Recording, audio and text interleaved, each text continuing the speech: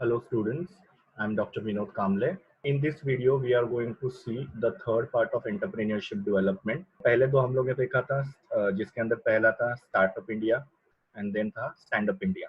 ये कॉन्सेप्ट हम लोग ने देखा था जहाँ पे गवर्नमेंट क्या करता है, बिजनेस करने के लिए आपको नए स्टार्टअप स्टार्ट करने के लिए या न्यू वेंचर्स वगैरह स्टार्ट करने के लिए आपको लोन फाइनेंस वगैरह प्रोवाइड किया जाता है, उसके बारे में था। ये थर्ड इनिशिएटिव जो है उसको हम लोग बोलते हैं एग्रो टूरिज्म या रूरल टूरिज्म।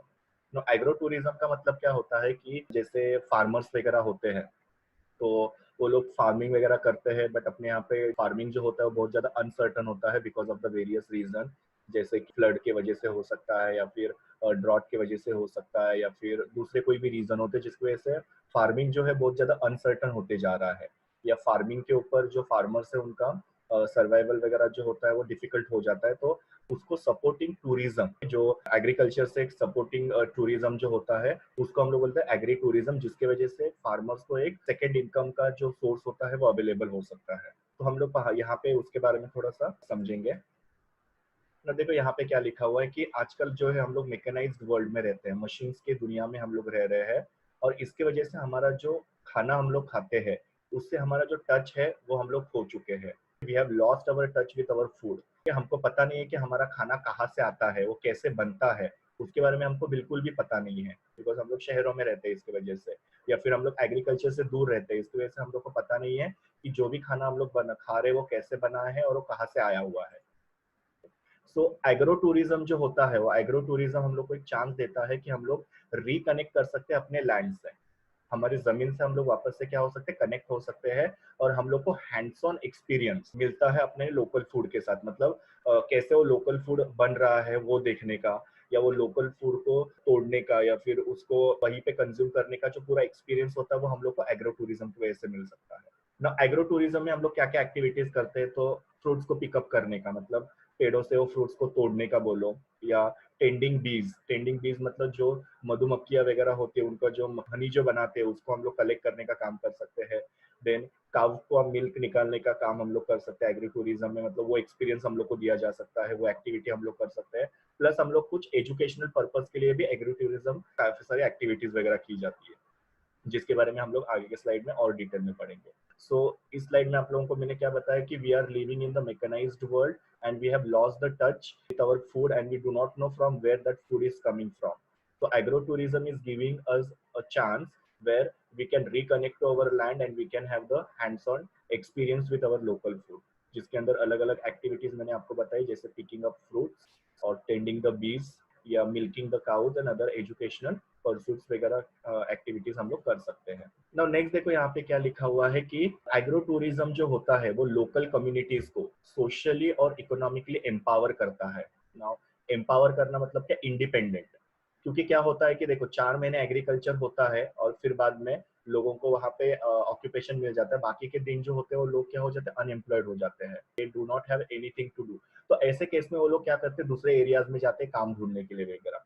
पर एग्रो टूरिज्म अगर हम लोग करेंगे तो एग्री टूरिज्म की वजह से क्या हो सकता है कि लोकल कम्युनिटीज को कहीं पे जाने की जरूरत नहीं मिलेगी, उनके लोकल एरियाज के अंदर ही उनको कोई ना कोई सेकेंड इनकम का जो है वो ऑप्शन अवेलेबल हो सकता है। वही सब चीजें मैंने यहाँ पे लिखी हुई है। आपका जो एग्रो टूरिज्म है वो आपके एग्रीकल्चर इनकम को क्या कर रहा है, सपोर्ट कर रहा है, और ये आपको एक इनकम ऑप्शन अवेलेबल करके दे रहा है एग्रो टूरिज्म के थ्रू। फिर बाद में ये एग्रो टूरिज्म जो है वो लोकल प्रोड्यूसर्स को इकोनॉमिकली बेनिफिट करके देता है, या इकोनॉमिकली उनको सोर्स ऑफ इनकम अवेलेबल करके देता है, वो मैंने आपको बताया। और फिर बाद में एग्रो टूरिज्म जो है वो काफी सारे दूसरे कंट्रीज में भी पॉपुलर होते जा रहा है या ग्रो होते जा रहा है, जैसे इंडिया तो है ही, उसके साथ साथ ऑस्ट्रेलिया में भी इसको प्रैक्टिस किया जाता है, कनाडा, यूनाइटेड स्टेट्स वगैरह, फिलीपाइंस वगैरह है, ये सब कंट्रीज के अंदर ये जो एग्रो टूरिज्म इंडस्ट्री है ग्रो कर रही है। नाउ एग्रो टूरिज्म के अंदर क्या क्या एक्टिविटीज होती है, जिसमें आउटडोर रिक्रिएशन है। रिक्रिएशन का मतलब होता है एंटरटेनमेंट। तो आपको यहाँ पे क्या कर सकते हो, आउटडोर में ट्रेकिंग कर सकते हो, आपको पता है ट्रेकिंग जो होता है वो आइस के ऊपर वगैरह ट्रेक किया जाता है। देन फिशिंग कर सकते हो आप लोग, आप हंटिंग कर सकते हो, या वाइल्ड लाइफ एनिमल जो होते हैं उनको आप स्टडी कर सकते हो, हॉर्स बैक राइडिंग वगैरह आप कर सकते हो। तो ये सारी एक्टिविटीज एग्रो टूरिज्म में की जा सकती है। एजुकेशनल एक्सपीरियंसेस, जहाँ पे आपको राइस प्लांटिंग कैसे किया जाता है या चूल्हे के ऊपर खाना कैसे बनाया जाता है वो एक्सपीरियंस आपको दिया जाता है, वो फार्मर्स आपके ये सब अरेंजमेंट करेंगे। फिर एंटरटेनमेंट पर्पज, जैसे यहाँ पे हार्वेस्ट फेस्टिवल में हुरडा पार्टी होती है महाराष्ट्र में, जहाँ पे क्या होता है जंगलों के अंदर जाके रात के समय पे चूल्हा जलाया जाता है और वो एक मटका होता है जिसके अंदर वो सब चीजें ऐड की जाती है और उसको वो चूल्हे के ऊपर रखा जाता है और फिर बाद में वो जब थोड़ा पकता है तो उसको ओपन करके सब लोग मिल बांट के खाते हैं। तो ऐसे एंटरटेनमेंट का एक्टिविटी भी एग्रो टूरिज्म के अंदर हो सकती है। हॉस्पिटैलिटी सर्विसेज जो फार्मर्स दे सकते हैं, जैसे फार्म स्टेज वगैरह होती है, मतलब खेतों के अंदर रहने के लिए अरेंजमेंट वगैरह आपको करवा के दे सकते हैं फार्मर्स। फिर फार्मर्स आपके लिए टूरिस्ट गाइड बन सकते हैं, आपको वो अलग अलग चीज़ों के बारे में जो है एक्सप्लेन करेंगे एज अ गाइड। फिर आउटफिटर सर्विसेज वगैरह जो होती है वो आपको अवेलेबल करके वो लोग देते हैं। फिर ऑन फार्म डायरेक्ट सेल्स में क्या होता है कि यू पिकअप ऑपरेशन मतलब क्या, आप फार्म के अंदर जा सकते हो, खुद के हाथों से वो चीज़ों को तोड़ के वो फिर आप वहाँ पे काउंटर रहेगा, वहाँ पे जाके उसका वेट करा के उसका पेमेंट कर सकते हो। जैसे यहाँ पे आप फोटो में देख सकते हो कि ये हाथ से स्ट्रॉबेरी वगैरह तोड़ रहे हैं, उसको बोलेंगे यूपी कॉर्पोरेशन।